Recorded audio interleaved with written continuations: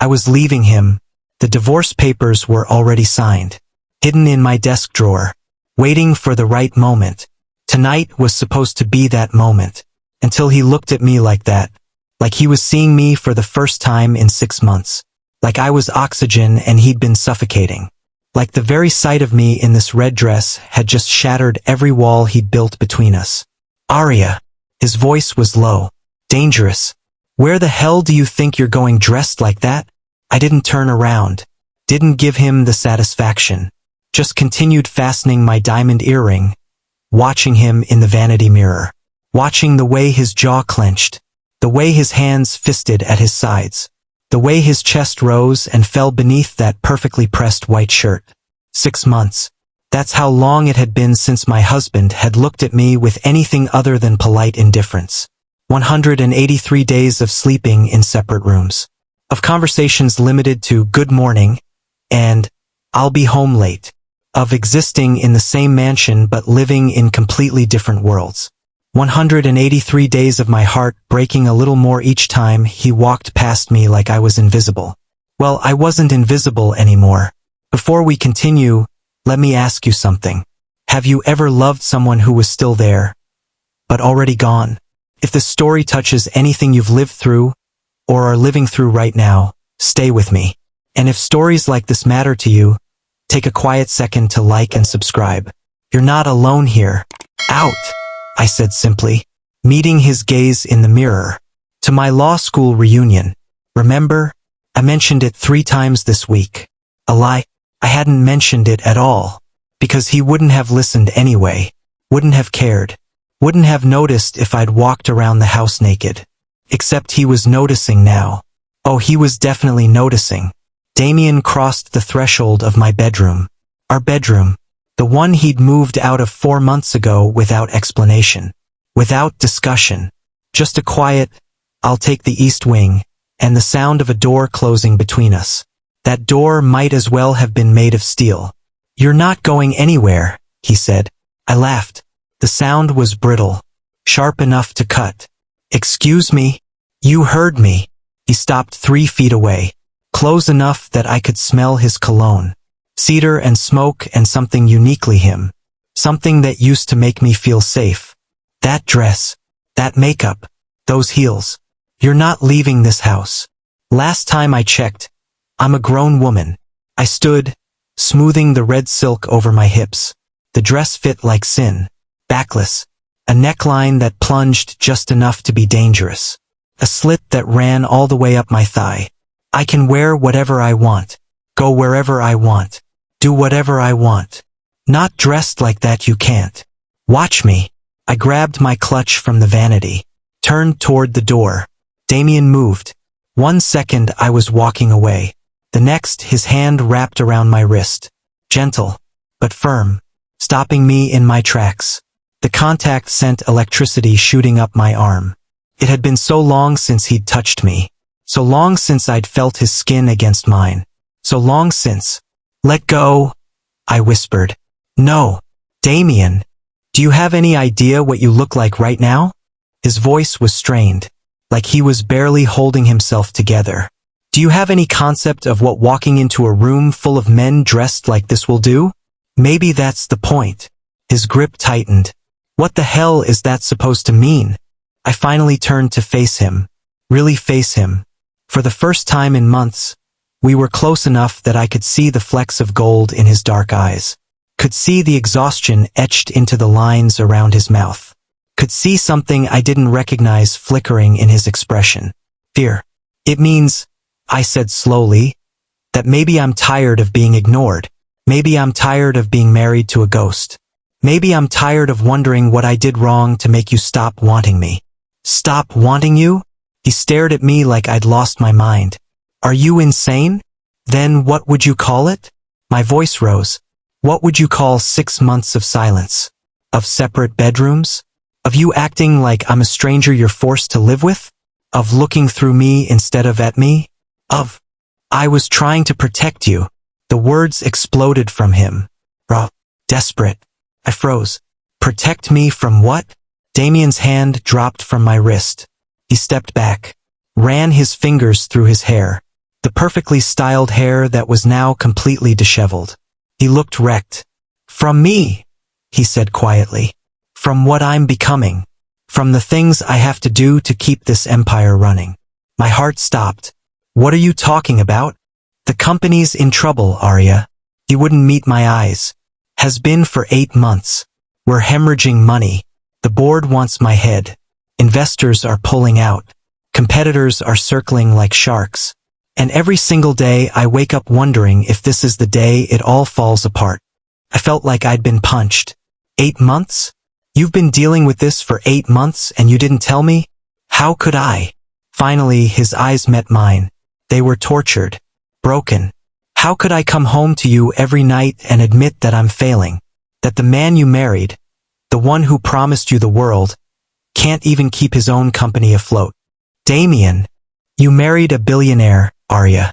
A man who had everything figured out. A man who could give you anything you wanted. Not this. He gestured at himself. Not whatever I'm turning into. Tears burned in my eyes. Is that really what you think? My voice shook. That I married you for your money? For your success? For your damn empire? Didn't you? The question hit me like a slap. Get out. Aria. I said get out. Pointed at the door. If that's what you think of me after 3 years of marriage, then we have nothing left to say to each other. I didn't mean. Yes, you did. A tear slipped down my cheek. You meant every word. You think I'm that shallow, that materialistic, that I only love you for what you can give me instead of who you are. That's not. The divorce papers are in my desk drawer. The words tumbled out before I could stop them. Second drawer from the top. Already signed. All you have to do is add your signature and this whole mistake of a marriage can be over. The color drained from his face. What? You heard me. I wiped my eyes angrily. I was planning to give them to you tonight, after the reunion. But you know what? Save us both the trouble. Sign them now. End this. Because I can't do this anymore. Can't live with someone who thinks so little of me. Who shuts me out instead of letting me in. Who treats me like I'm made of glass instead of treating me like a partner. You can't be serious. I've never been more serious in my life. Damien stared at me. Really stared at me. Like he was seeing me for the first time. Like the reality of what I just said was finally sinking in. You were leaving me. His voice was hollow. You were actually going to leave me. What did you expect? I laughed bitterly. You left me first. 4 months ago when you moved into the East Wing. 6 months ago when you stopped touching me. 8 months ago when you decided I couldn't handle the truth. I was trying to protect you. I didn't need protection. I shouted. I needed my husband.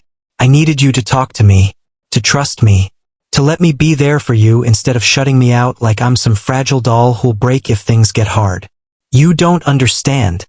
Then make me understand. I stepped toward him. Tell me what's going on. Tell me what you're so afraid of. Tell me why you'd rather lose your wife than admit you're struggling. Because I can't. His voice broke. Because if I start talking about it, if I let you see how scared I am, how lost I feel, how every morning I wake up wondering if this is the day I lose everything. He stopped, swallowed hard.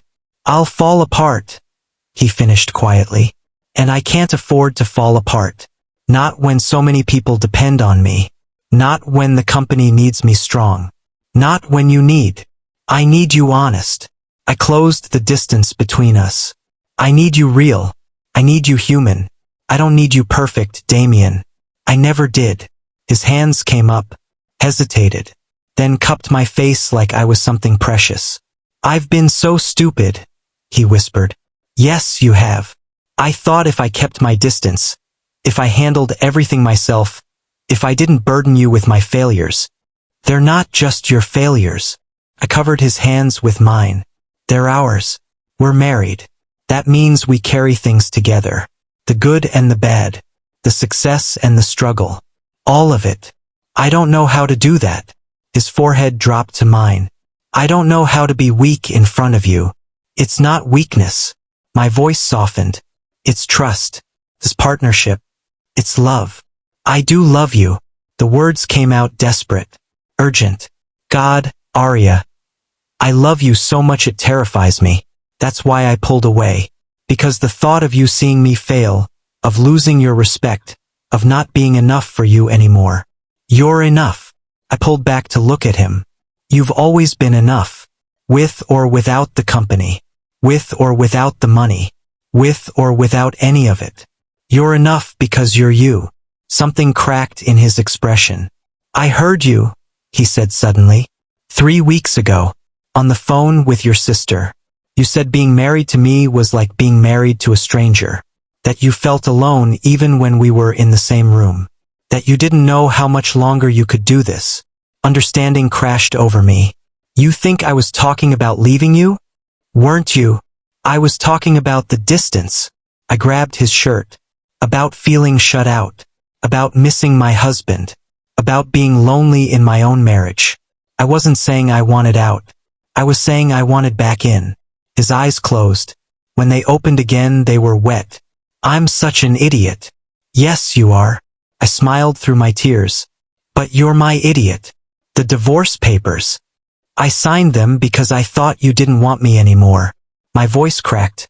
Because 6 months of silence and separate bedrooms and polite indifference made me think you'd fallen out of love with me. That maybe you regretted marrying me. That maybe. He kissed me. Crashed his mouth against mine like a drowning man finding air. I gasped and he swallowed the sound. His hands were in my hair, on my waist, pulling me closer like he was trying to eliminate any space between us. Like he was trying to make up for 6 months of distance in 6 seconds. When we finally broke apart, both breathing hard, his eyes were wild. I have never, he said fiercely, not for one single second regretted marrying you. You are the best thing that has ever happened to me. The only good thing in my life that makes sense. And I almost lost you because I was too proud and too stupid and too scared to just talk to you. You haven't lost me yet. Yet. He looked panicked. Aria. But you will if you ever shut me out like that again. I poked his chest. No more separate bedrooms. No more silence. No more handling everything alone. From now on, we're a team. Partners. In everything. Understood. Understood. He kissed me again. Softer this time. I'm sorry. I'm so sorry. Tell me about the company. I threaded my fingers through his hair. Tell me everything. What's happening? How bad is it? What can we do? We. Yes, we. I have a law degree, remember? And I'm pretty good with contracts and negotiations. So talk to me. Let me help. Damien studied my face like he was memorizing it. Then he took my hand, led me to the bed. We sat down together and for the first time in 8 months he started talking. Really talking. The Singapore deal fell through, he started slowly. Lost us 30 million. Then the Thompson merger collapsed. They went with Hartley Industries instead. Said our stock was too volatile. Too risky. I listened. Squeezed his hand. Let him continue. The tech division is underperforming. We invested heavily in a new software platform that's 2 years behind schedule. We've burned through the entire development budget with nothing to show for it. The board thinks I made a bad call. That I bet on the wrong technology. Did you? I asked gently. I don't know anymore. He rubbed his face. At the time, it seemed brilliant. Revolutionary. But now? Now it just seems like another mistake in a long line of mistakes. What else? 3 major investors pulled their funding last month. Said they'd lost confidence in my leadership. The stock price has dropped 40% since January. Employees are nervous. Some of the best people are already jumping ship. And the board. He laughed bitterly. The board had a secret meeting last week about replacing me. My heart clenched. How do you know it was secret? Because my CFO warned me. He's one of the few people still loyal to me. Said they're building a case. Documenting every misstep. Every failed deal. Every lost opportunity. They want me out, Aria. They want to take everything I've built and hand it to someone else. They can't do that. They can if they get enough votes. If they convince the shareholders that I'm a liability instead of an asset. I was quiet for a moment. Processing. Thinking. What about the Harrison account? I asked suddenly. Last I heard, that was solid. Stable. A guaranteed revenue stream. Damien looked at me in surprise. You remember the Harrison account? I remember everything you tell me, Damien. Or at least, everything you used to tell me before you stopped talking to me entirely. He winced. That's fair. And yes, Harrison is still solid. It's actually one of the few bright spots. But it's not enough to offset everything else we're losing. What if we expanded it? Expanded it how? My mind was racing now. All those years of law school. All that training in contracts and negotiations and corporate strategy. Finally useful. Harrison Industries has 3 subsidiaries, right? But we only have a contract with the parent company. What if we approached the subsidiaries directly? Offered them the same services but at a competitive rate? We could triple our revenue from that relationship alone. Damien stared at me. That's actually brilliant. Why didn't I think of that? Because you've been trying to think of everything by yourself instead of using the incredibly smart and legally trained wife who's been sitting in this house for 6 months desperate to help you. He pulled me into his arms. I'm an idiot. We've established that. I rested my head on his shoulder. What about the tech platform? The one that's behind schedule. What about it? Can we pivot? Use what we've already developed for something else? Something faster to market? I don't know. Maybe. He pulled back to look at me. How are you doing this? How are you just solving problems like it's easy? It's not easy. I touched his face. But it's easier when you're not trying to do it alone. When you have someone to brainstorm with, to share the burden with, to remind you that one setback doesn't define you. I've missed you so much, he whispered. I've been right here. I know. And I've been an idiot for not seeing it. For not using the incredible resource I married. For thinking I had to be strong and silent and handle everything myself like some kind of martyr. You're not a martyr, Damien. You're human. And humans need help sometimes. Need support. Need partnership. I need you, he said simply. That's what I need. In everything. Always. I kissed him softly. Then you have me. For better or worse. Remember. I remember. His arms tightened around me. I just forgot for a while what worse actually meant. Thought it meant shielding you from everything hard. Turns out it means facing the hard things together. Exactly. I stood up, pulling him with me. Come on. Where are we going? To your office. We have work to do. Now? It's almost 8 o'clock. Do you want to save your company or not? He smiled. Actually smiled. For the first time in months. Lead the way. We spent the next 4 hours in his home office. Going through files. Reviewing contracts. Analyzing data. Making lists and plans and strategies. I saw things he'd missed. Opportunities he'd overlooked. Connections he hadn't made. Not because I was smarter, but because I was fresh. Because I wasn't buried under 8 months of stress and fear and exhaustion. Because I could see the forest while he'd been lost in the trees. We should call Marcus, I said around midnight, looking up from a spreadsheet. Your lawyer. Have him review the board's bylaws. There might be a clause we can use to limit their power. It's midnight, Aria. So, this is important. And Marcus bills by the hour anyway. He'll appreciate the extra revenue. Damien laughed. Actually laughed. The sound was rusty from disuse but beautiful. God. I've missed this, he said. Working. No. Working together. Being a team. Remembering why I fell in love with you in the first place. I looked up from the computer. Why did you fall in love with me? Because you're brilliant. He came around the desk. Spun my chair to face him. Because you challenge me. Because you see solutions where I see problems. Because you make me better. Because you're the only person who's ever made me feel like I don't have to be perfect to be worthy of love. Tears filled my eyes again. I almost gave up on us. I whispered. I know. He knelt in front of me. I almost let you. And that would have been the biggest failure of my life. Not the company. Not the money. Losing you. You haven't lost me. I won't. He kissed my hands. Not ever again. I promise. We worked until 3 in the morning, then stumbled to bed together.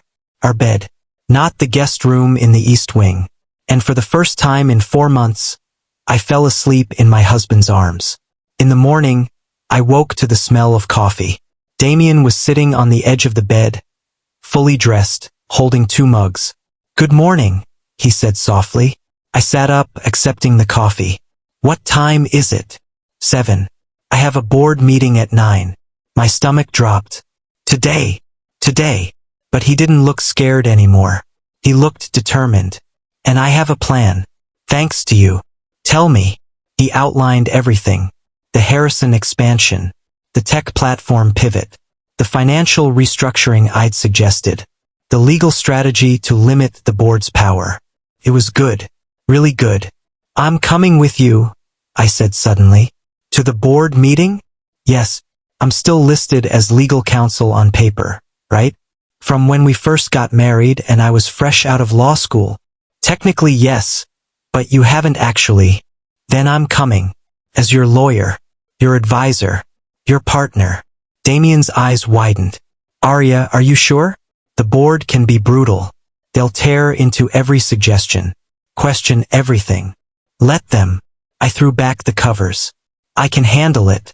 Question is, can you handle having your wife in the room while they try to tear you apart?" "I'd prefer it, actually." He smiled. "Knowing you're there, having your support, it changes everything." 2 hours later, we walked into that boardroom together. 12 men in expensive suits looked up in surprise when I entered behind Damien. "Gentlemen," Damien said calmly, "I believe you all remember my wife, Aria. She'll be joining us today as legal counsel." "This is highly irregular," one of them sputtered. "We didn't approve." "You don't need to approve the CEO's choice of legal representation," I said smoothly, taking a seat. "According to Section 4.3 of your bylaws, which I reviewed last night." Silence. Damien hid a smile. The meeting was brutal, just like he'd warned. They attacked every decision he'd made, every failed deal, every loss. But this time he didn't face it alone. Every time they asked a pointed question, I was there with data, with legal precedent, with strategic alternatives. When they questioned the tech platform investment, I presented the pivot strategy, complete with market analysis and projected revenue.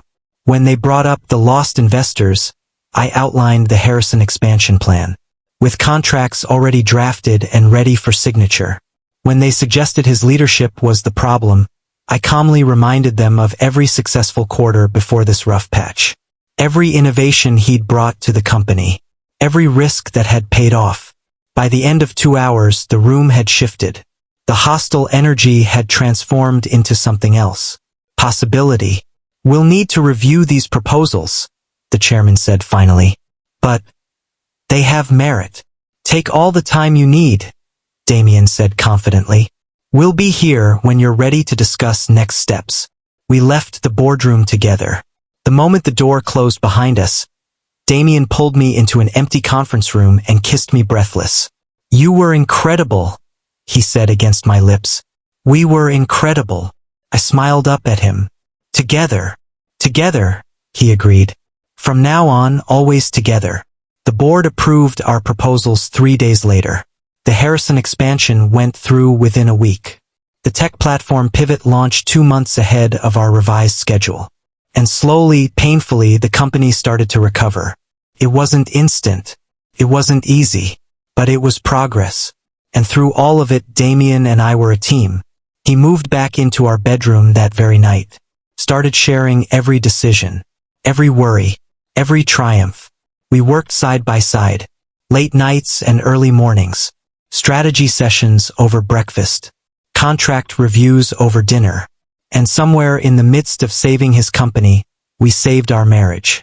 3 months after that boardroom meeting, we were lying in bed together, the city lights painting shadows across the ceiling.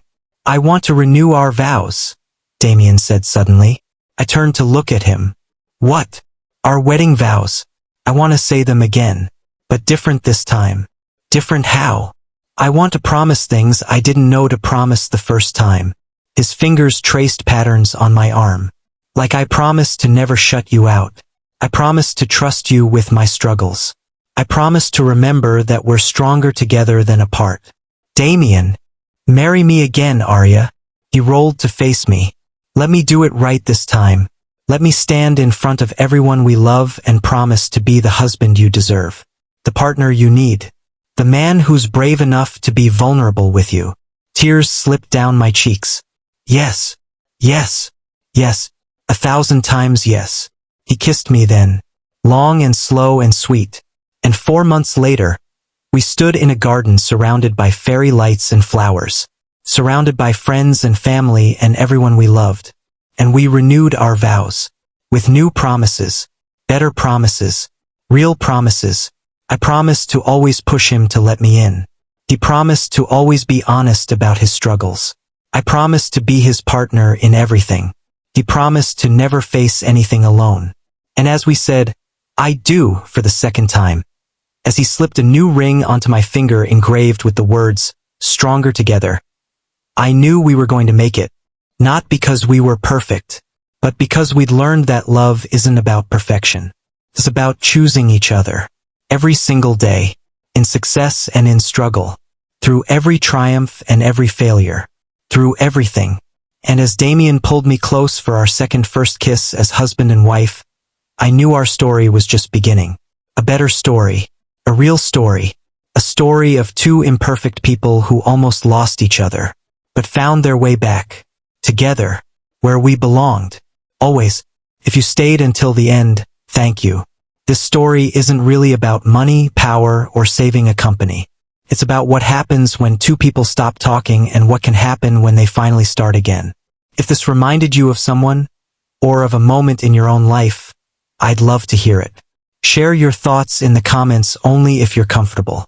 And if you believe stories like this deserve to be told, support the channel by liking, subscribing, and sharing with someone who might need it.